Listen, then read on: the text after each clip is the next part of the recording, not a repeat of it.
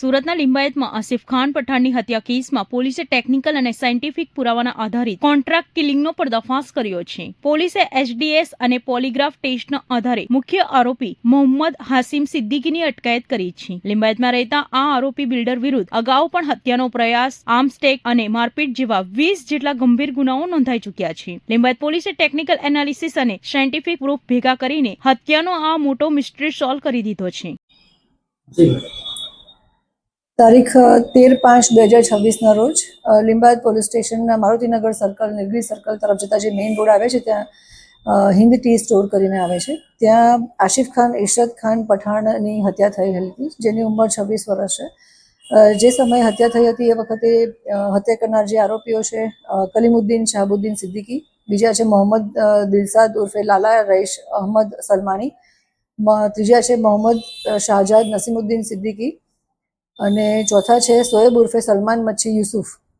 આ ચારેય જણાએ છે આરોપી. એમાંથી જે 3 જણા છે એ લોકો મારવામાં હતા અને જે મરણ જનાર છે એમને અને આ જે આરોપીઓ છે એ લોકોને અગાઉથી અદાવત ચાલતી હતી. જે બાબતે પોલીસ તપાસ કરતા ખ્યાલ આવ્યો કે માત્ર જે 4 આરોપી પકડવામાં આવ્યા છે એ સિવાય પણ આમાં આરોપી સંડોવાયેલો હોવાની શક્યતાઓ છે. 5મા મહિનામાં મે મહિનામાં જ્યારે ગુનો દાખલ થયો એ પછી આશરે અઢી એક મહિના સુધી અમારી તપાસ ચાલી. અમે ઊંડાણપૂર્વક તપાસ કરી અને લિંબાયત પીઆઈ શ્રી જે ચૌહાણ છે, ડીડી ચૌહાણ છે, ડિસ્ટ્રિક્ટ પીએસઆઈ કેપી જાડેજા અને જીજી ચારણ અને હેડ કોન્સ્ટેબલ રાજુભાઈ હાલુભાઈ અને સાજનભાઈ કાનાભાઈની એક ટીમ બનાવી હતી અને યુવરાજસિંહ રાજુભાઈની.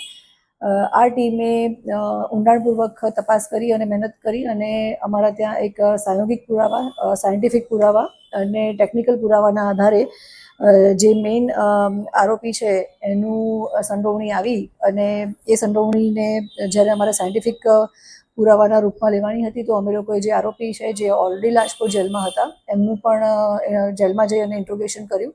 એમના પણ નિવેદનમાં આવ્યું કે કઈ રીતે જે મેઇન આરોપી છે એ આરોપીની પોતે કોન્સ્પિરન્સી રચી હતી અને કાવતરું ઘડ્યું હતું. જે આરોપી છે મોહમ્મદ હાસિમ કબૂલ અહેમદ સિદ્દીકી, જે લિંબાયતમાં રહે છે, મૂળ યુપીનો છે અને એમનો એસડીએસ ટેસ્ટ પણ કરાયેલો હતો. આરોપીનો પણ એસડીએસ ટેસ્ટ કરાવ્યો હતો અને પોલિગ્રાફિક ટેસ્ટના આધારે, સાયન્ટિફિક પુરાવાના આધારે અમને એક લાઈન મળી હતી અને બીજા સાયોગિક પુરાવા અને ટેકનિકલ અને સાયન્ટિફિક પુરાવાથી અમે લોકોએ આજે જે મેઇન આરોપી જેણે કાવતરું ઘડ્યું છે એ મોહમ્મદ આસિફ કબૂલ અહેમદ સિદ્દીકીને અટક કર્યો છે. એના વિરુદ્ધમાં અગાઉ પણ 20 જેવા ગુનાઓ દાખલ થયેલા છે, જેમાં 307 છે, 325 છે, 324, 323 આર્મ્સ એક્ટના પણ ગુનાઓ છે. એવા અલગ અલગ 20 પ્રકારના ગુનાઓ એના વિરુદ્ધમાં નોંધાયેલા છે.